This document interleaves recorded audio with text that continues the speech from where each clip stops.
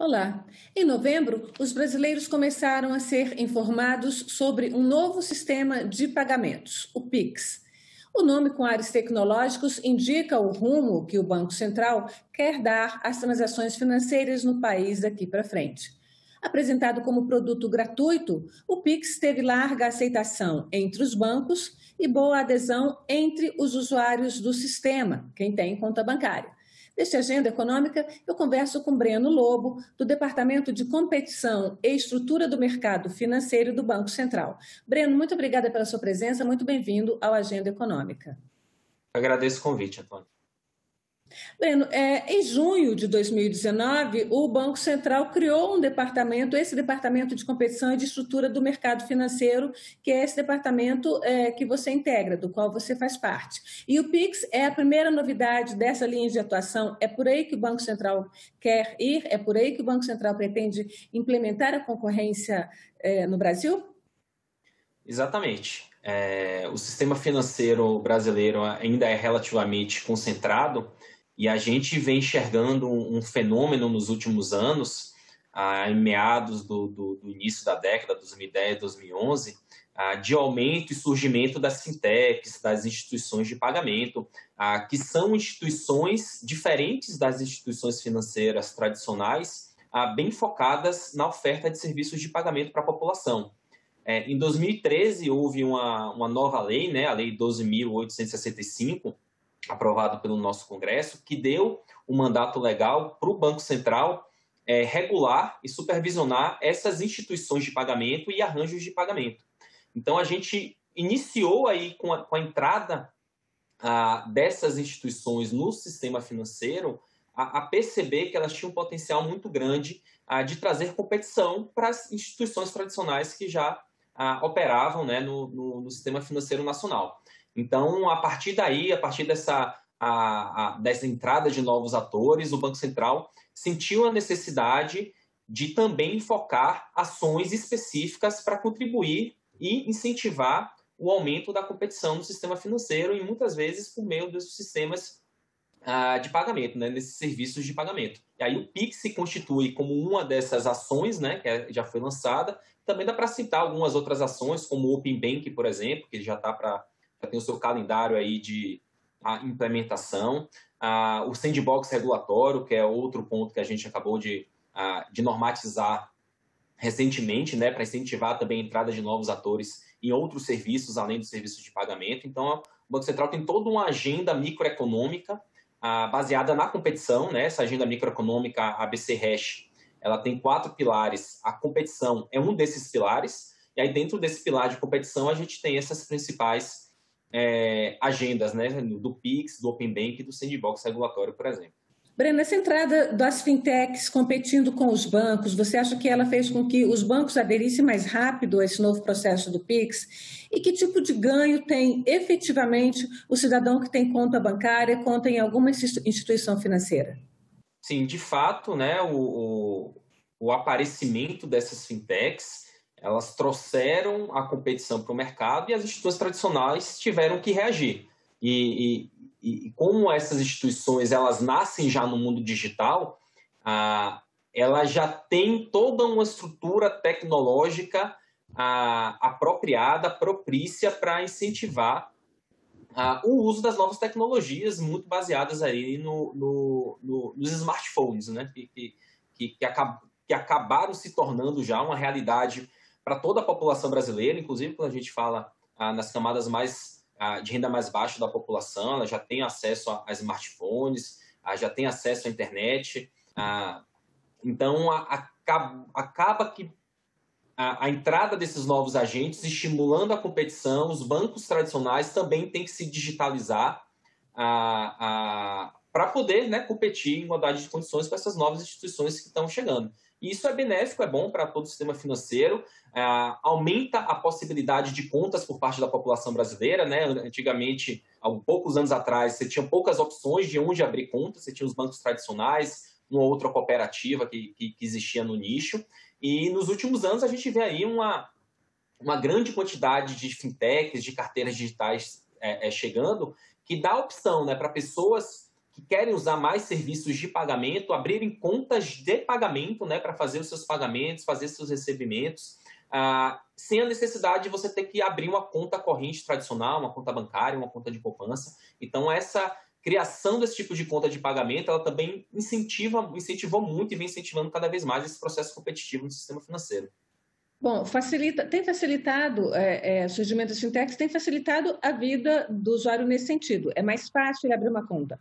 Agora, quando a gente fala, por exemplo, na questão de empréstimos, principalmente para os pequenos comerciantes, para os autônomos, a questão da taxa de juros ainda não viu aí nenhum ganho. A gente não teve aí uma queda real de taxa de juros. Vocês esperam chegar lá e essa metodologia é o caminho? O caminho é aumentar a concorrência do sistema financeiro, vai ser uma consequência natural. A gente já vê a redução, até por causa da redução da taxa Selic, né, que vem acontecendo aí nos últimos meses. Isso acaba chegando na ponta, demora um pouquinho exatamente por causa dessa estrutura competitiva, porque a gente enxerga que em termos de serviços de pagamento, essa competição chegou mais rápido, né? Mas também a gente já tem no Brasil fintechs reguladas especializadas em crédito, né? Que são as sociedades de crédito direto e as sociedades de empréstimo entre pessoas. Então, a gente também já vê surgir essas outras instituições focadas também no mercado de crédito, que elas oferecem outras opções.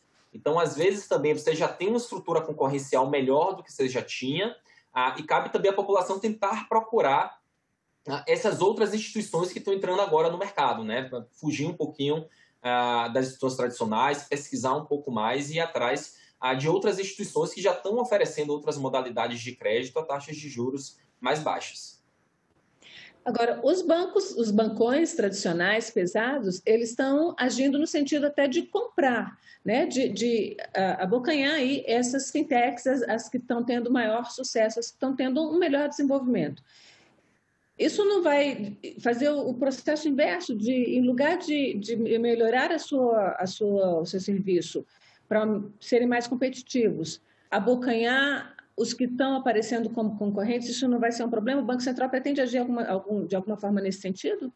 Não, todo o processo de incorporação ou de compra de outras instituições no sistema financeiro é analisado pelo Banco Central, e o Banco Central só libera essas incorporações depois de uma análise competitiva, quando identifica que essas aquisições, incorporações não vão prejudicar a concorrência do setor. Então, a gente já faz a gente precisa autorizar e só autoriza nessas condições. Então, o que está acontecendo, a gente não vê como um movimento que restringe a competição. Na verdade, é um movimento de reação das grandes instituições para elas tentarem também se modernizar, se digitalizar, para também conseguir competir nos nichos mais digitalizados da população brasileira. Breno, a gente entrando na questão do Pix propriamente dito, quais são as vantagens mesmo para o usuário? Por exemplo, você podia fazer uma TED, uma transferência eletrônica, entraria no mesmo dia e, dependendo do seu pacote, você não teria cobrança de taxa, embora ela tenha uma taxa. O Pix vai ser gratuito, pelo menos é o que está previsto, né, para as transações entre pessoas físicas. Mas a cobrança de taxa, por exemplo, para pagamento, se for comprar um produto numa loja, eu vou pagar com Pix, eu pago taxa, o lojista paga taxa, como é que fica essa questão? Vamos começar pelos benefícios para o usuário pagador, né? Quando a gente está, eu como usuário pagador, estou fazendo um Pix. Qual a diferença do Pix em relação à TED, por exemplo? Primeiro ponto, a TED só está disponível no horário bancário. Então, mais ou menos ali entre 7 horas da manhã até 5, 5 e meia da tarde em dias úteis, né? Então, eu não posso fazer uma TED no sábado, no domingo, às 18 horas, e o Pix já avança, né? O Pix funciona 24 horas por dia, 7 dias por semana. Outro ponto do Pix em relação à TED é a questão do custo, né? O Pix não tem tarifa e a TED é um meio de pagamento que pode ser tarifado. Então, às vezes, você está ali num pacote de serviço, você tem alguma limitação de TEDs grátis, mas quem não tem um pacote de serviço, você paga uma taxa mensal, você tem que pagar por TED, então isso também já é uma grande vantagem.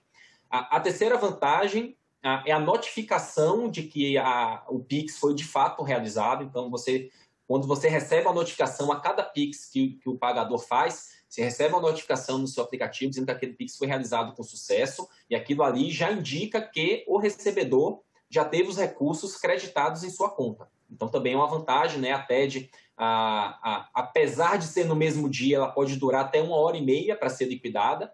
Então, o Pix é instantaneamente, em poucos segundos, então você já tem essa certeza que os recursos já estão na conta do recebedor. E, por fim, a quarta vantagem do usuário pagador é a experiência de uso do usuário para iniciar um Pix. Se eu quiser fazer uma TED para você, Antônia, eu vou ter que te perguntar, Antônia, qual é o seu CPF, qual é o seu banco, qual é a sua agência, qual é a sua conta, qual é o seu tipo de conta. Vou ter que entrar lá no meu aplicativo, digitar isso tudo, para aí sim iniciar uma TED. Hoje eu vou te perguntar, Antônia, qual é a sua chave Pix? Você vai me falar, vai me dar o seu telefone celular, vai me dar seu e-mail, vai me dar o seu CPF, você vai me mandar o seu QR Code por WhatsApp para mim, que eu vou conseguir copiar o código do QR Code e colar no meu aplicativo. Então, a iniciação de um Pix passa a ser uma coisa muito mais simples, fácil do que uma TED. Eu entro no meu aplicativo, coloco minha senha, vou lá no ambiente dedicado ao Pix e basta digitar a chave Pix que você me passou ou colar a chave Pix, se você me transferiu a chave Pix por meio de um WhatsApp, por exemplo, e eu inicio a transação. Então, fica algo muito mais simples, mais fácil, mais intuitivo das pessoas conseguirem executar o meio eletrônico. Então, esse é o pacote de benefício para o usuário pagador, né? E aí, quando a gente fala em tarifa, como eu falei, pro pagador, pessoa física, é sempre grátis. Independente se eu estou fazendo uma transferência para uma pessoa física, independente se eu estou indo numa loja e lendo um QR Code e comprando um produto. Para quem está pagando, ou estou pagando uma conta, por exemplo, né? Hoje a gente, via de regra, a gente paga nossas contas por meio de boleto. E o pagador não estou pagando nenhuma tarifa por estar pagando por meio do boleto. Com o Pix é a mesma coisa. Quando começarem, né, a gente já tem informação que já tem distribuidoras de energia elétrica, já tem empresas de telecomunicação colocando o QR Code do Pix nas suas faturas. Quando eu pagar aquela fatura, eu, pagador, não pago nenhuma tarifa. Então, a pessoa física nunca é tarifada quando ela inicia um Pix. Então, mais uma vez, essa é uma vantagem bem grande, né, do Pix em relação à TED e à DOC, por exemplo. Certo. E aí você colocou uma questão que é rápido para fazer um pagamento. Eu posso fazer um pagamento de qualquer lugar, eu ainda tenho que estar conectado na internet. A gente não consegue fazer isso offline. Então, quem não tem uma rede de internet, ou quem não está em um lugar que tem uma rede de internet favorável, não consegue fazer. Até porque não consegue abrir o aplicativo, não é isso? Exatamente. Hoje, o Pix só funciona se ambos, o pagador e o recebedor, estiverem conectados na internet. Se uma das pontas não estiver conectada, não é possível fazer um Pix. E aí o Banco Central, a gente vem trabalhando, e a gente vai trabalhar ao longo do próximo ano para lançar esse produto, né, essa nova funcionalidade do Pix, que vai permitir que o pagador, mesmo sem acesso à internet, ele consiga iniciar um Pix. E aí ele vai conseguir gerar um QR Code com as suas informações da sua conta de forma offline. Continua tendo que entrar no aplicativo, mas sem precisar estar conectado à internet, eu consigo gerar um QR Code. E aí o recebedor, aí necessariamente, né, aí funciona mais ou menos como no mundo de cartão, o recebedor precisa estar com acesso à internet para poder ler o QR Code do pagador e começar a transação por meio do recebedor que está conectado. Então aí a gente já avança, né, já democratiza um pouco mais o Pix para aquelas pessoas que têm dificuldade de usar dados móveis, né, do celular, ou tem dificuldade de acesso à rede 3G, 4G, naquelas localidades mais remotas, né, do Brasil, no interior do Brasil, zonas rurais, tem mais dificuldade para ter sinal de internet. Então, a gente está nesse processo de criação dessa funcionalidade para ampliar o escopo, né, ampliar os casos de uso possíveis com o Pix. Vamos falar de segurança, Breno. O Banco Central já desenvolveu todo esse sistema, testou essa questão da segurança do sistema. O que é que você pode dizer sobre segurança? Em termos de dados, né? Eu não estou falando aqui ainda de segurança física do usuário, estou falando de segurança em termos de dados. Qual é o risco de uma invasão, por exemplo, na conta bancária no banco? Qual é o risco de algum tipo de dano desse ponto de vista tecnológico, de roubo de dados, que são coisas que a gente precisa se preocupar cada vez mais, né? Todo o tráfego das transações Pix é feito numa rede específica, 100% apartada da internet, que é a rede do Sistema Financeiro Nacional. Essa rede ela já funciona há mais de 18 anos no Brasil e ela nunca teve nenhum ataque cibernético, né, de hacker bem sucedido. Por ser 100% apartada da internet, ela é uma rede muito resiliente. É difícil você conseguir acessar essa rede. E é essa rede que todos os pagamentos eletrônicos do Brasil cursam hoje. Então, quando a gente faz a transação com cartão de crédito, cartão de débito, aquela transação, a parte final de liquidação financeira dele está cursando nessa rede. As TEDs, os DOCs, os boletos, tudo cursa nessa rede. E é uma rede extremamente segura. Os próprios dados das chaves Pix, né, que estão vinculadas às contas das pessoas, né, com alguns dados sensíveis, né, tem lá CPF, o nome, qual é a instituição na qual ela tem conta, o número da agência, o número da conta, elas também estão armazenadas em sistemas específicos do Banco Central. As informações são 100% criptografadas e também estão nessa rede, que dificulta o acesso e vazamento de transação. Então, a infraestrutura do Pix é bastante segura. Com relação aos bancos, tem toda a questão, né, dos participantes do Pix, tem toda a questão da proteção, do acesso com senha, para quem tem uma biometria, para quem tem um reconhecimento facial. Né? Não é possível iniciar um Pix sem estar logado no ambiente seguro do aplicativo do seu telefone celular. Não tem como eu ler um QR Code sem estar logado, sem ter colocado uma senha. Não é possível fazer uma transferência com chave Pix sem eu ter logado por meio de uma senha ou de uma biometria. Então, tem esses controles de segurança para acesso. Né? Se alguém, por exemplo, roubar meu celular, não vai conseguir fazer nada em relação ao Pix com o meu celular, porque precisa entrar no aplicativo do meu banco para iniciar o Pix. Então, precisa ter minha senha. Aí, se eu tenho uma biometria, um reconhecimento facial, eu ainda agrego segurança para esse tipo de transação. Tá, então, é o mesmo tipo de segurança, em resumo, que se tem hoje para o uso normal da conta bancária no celular. Exatamente. Certo. Agora, tem um outro tipo de segurança que isso não é incomum no Brasil, por isso vou levantar essa questão. A questão do que a gente ficou conhecido como sequestro relâmpago, os tipos de coerção, né, em que o usuário é obrigado a fazer transferências, por exemplo, de sua conta para outras contas. Como é que fica isso? Se isso acontece com alguém, como é que a pessoa pode tentar se ressarcir, pelo menos do dano financeiro, já que o dano físico é irreversível? A gente tem alguns mecanismos de segurança, né, dentro das regras do Pix, que limitam a possibilidade de ações desse tipo. A primeira são os limites de valor. Né? Assim como você tem limites diferenciados a depender do horário para fazer um saque, ou para fazer uma TED, ou para fazer uma compra no cartão de débito, é possível ter limites de valor para transações Pix. Né? Esses limites são determinados por cada instituição, com base na sua política de gerenciamento de risco, com base no perfil de risco de cada cliente. E esse limite pode ser diferente, né? Pode ser maior para o horário comercial, pode ser menor para o fim de semana, pode ser ainda menor para a madrugada, por exemplo. Então, nesses horários em que tem a maior incidência de insegurança, né, de crimes, a gente pode ter limites menores do que os limites que a gente precisa para o dia a dia, para os horários em que as transações são mais bem feitas, e esses limites são altamente controlados por cada cliente. Eu posso, inclusive, pedir para ter um limite zero na madrugada do sábado ou do domingo, por exemplo. Então, cada cliente tem essa liberdade de pedir um aumento, né? Eu quero aumentar meu limite, que eu preciso fazer uma transferência de mais alto valor. Aí a sua instituição vai analisar o seu perfil de risco e pode ou não conceder esse aumento de limite. Se eu pedir para reduzir o limite, a instituição pode reduzir o limite também. Então, tem toda essa questão dos limites. Certo. Esse processo hoje ele já é feito, por exemplo, para TED e DOC, mas você precisa ir até uma agência bancária ou um caixa eletrônico para fazer essa mudança de limite. Na questão do Pix, vocês pretendem fazer da mesma forma ou será uma coisa mais rápida?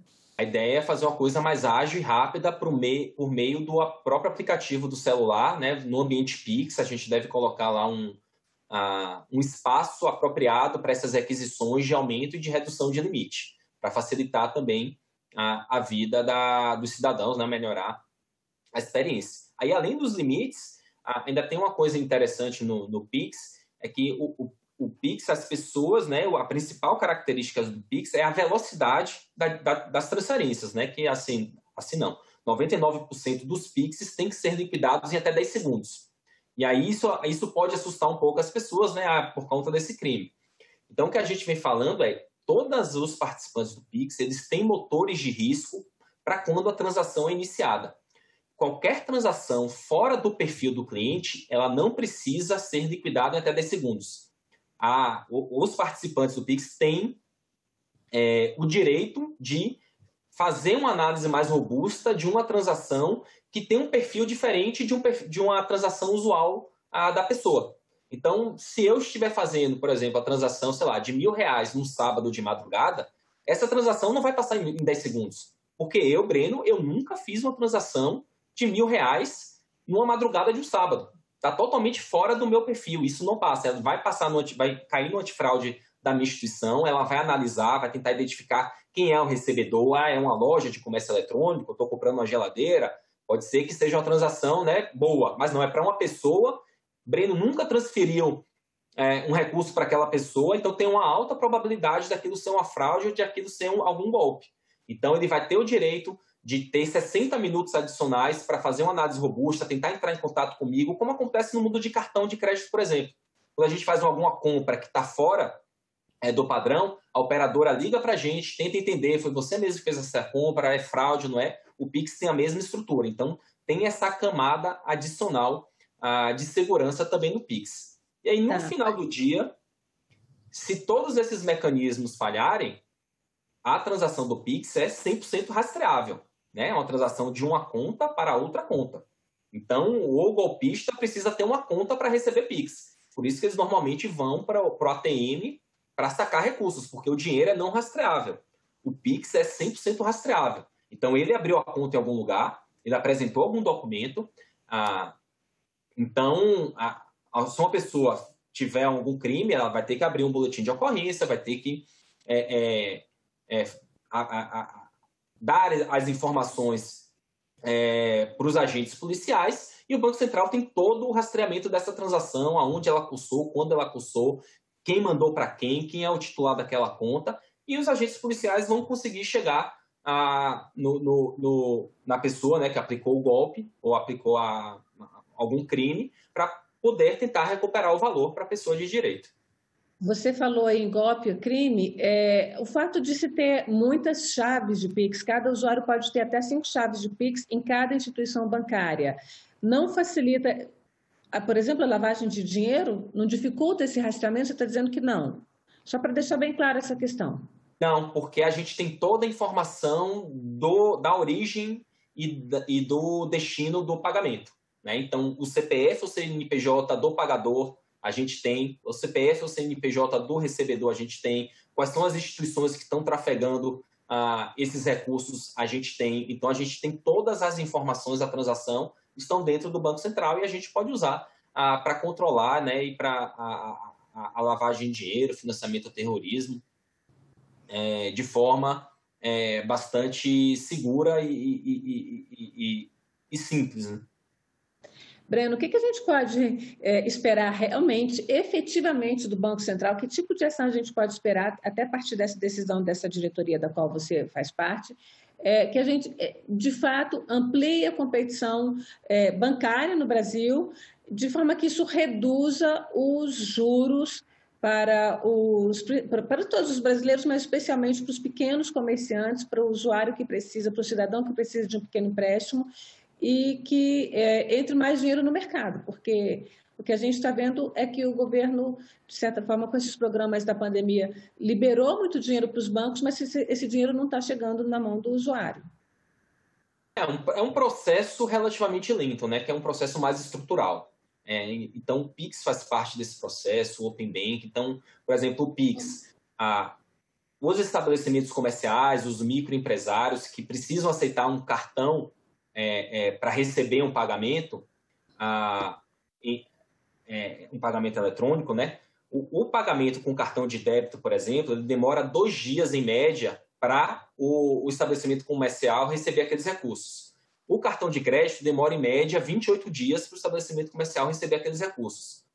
Os estabelecimentos têm um custo muito alto para antecipar o recebimento desses recursos, né? Além da taxa de aceitação do cartão, que você paga a cada transação, se você quiser antecipar o recebimento, né, daqueles recursos para o dia da compra é uma taxa de juros adicional. Aí, quando a gente coloca o Pix dentro do mercado, se eu tenho um pagamento por Pix, o recurso está instantaneamente, sábado, domingo, feriado de madrugada, na conta do recebedor. Então, eu já tirei todo esse custo de recebimento de transação por cartão, né? E o custo de antecipar, porque aquele recurso já está disponível na minha conta.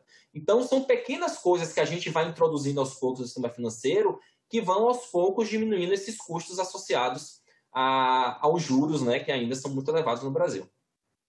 Bom, certamente o Pix reduziu o custo dos bancos, agora vamos esperar que essa redução de custos chegue efetivamente no cidadão brasileiro. Breno, agradeço muito a sua presença aqui na Agenda Econômica com esses esclarecimentos todos.